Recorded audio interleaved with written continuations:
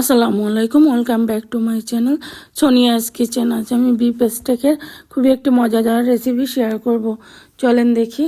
এখানে আমি 3 টুকরা স্টেকের বিফ নিয়েছি। আর এই যে দেখেন, এগুলো কিন্তু এই যে চর্বি সহকারে এই যে 2টা ঘাড়ের পিস আছে আর একটা ছোট পিস আছে। তো ছোট পিসটা আমি এমনি জাস্ট ছিল তাই নিয়েছি।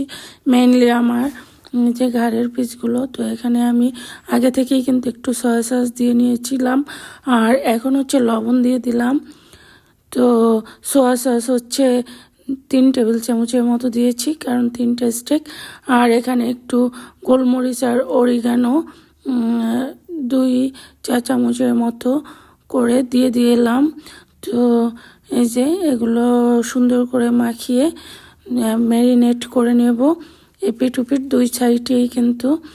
আর দিব হচ্ছে এখানে বাটার। তো আপনারা কিন্তু এভাবে ম্যারিনেট করে নেবেন। এই যে বাটার দিয়ে ম্যারিনেট করলে এটার একটা খুবই স্মেলটা খুবই ভালো আসে এবং খেতেও খুব ভালো লাগে। তো আমি এখানে কিন্তু 2 সাইডে বাটার, অরিগানো, গোলমরিচ গুঁড়ো আর সয়া সস, লবণ পরিমাণ মতো দিবেন, কারণ যেহেতু সয়া সস দেওয়া হয়েছে। এখন আমি এটা নর্মাল ফ্রিজে রেখে দেবো হাফ অ্যান আওয়ার। তো যে আধা ঘন্টা পরে আমি ওটা বের করে নিয়ে আসবো ভাজার জন্য। আর এখন আমি একটু ফ্রাই প্যানে একটু সরিষার তেল, আপনারা রান্নার রেগুলার তেলও দিতে পারবেন, কোনো সমস্যা নেই। তো আমি এই যে স্টেকগুলো এখন তেলটা একটু গরম হওয়ার পর দিয়ে দিলাম। আর এটা 2 মিনিট ভাজার পরে উল্টে দেব। আর এখন আমি একদম চুলার ফ্লেমটা লো করে নেব। আর এভাবে আপনি যতক্ষণ আপনার কাছে মনে না হবে যে বিফটা পুরোপুরি সেদ্ধ হয়নি, ততক্ষণ পর্যন্ত আপনি প্রতি 2 মিনিট পর এটাকে উল্টিয়ে ভেজে নেবেন। আর এই যে দেখেন, খুব সুন্দর একটা কালার আসছে।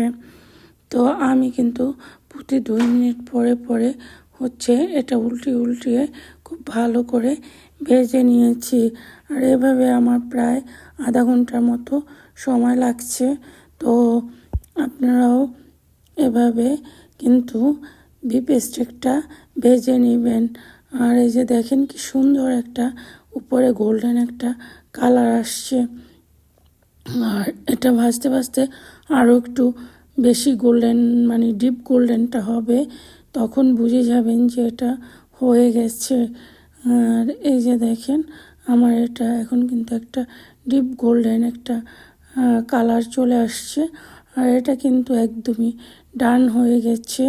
ভিতরটা কিন্তু অনেক জুসি আছে, যেহেতু আমি এটা একটা ঘাড়ের মাংসটা নিয়েছি। এই মাংসটার মধ্যে চর্বি মাংস দুইটাই থাকে। আর এই যে দেখেন একদম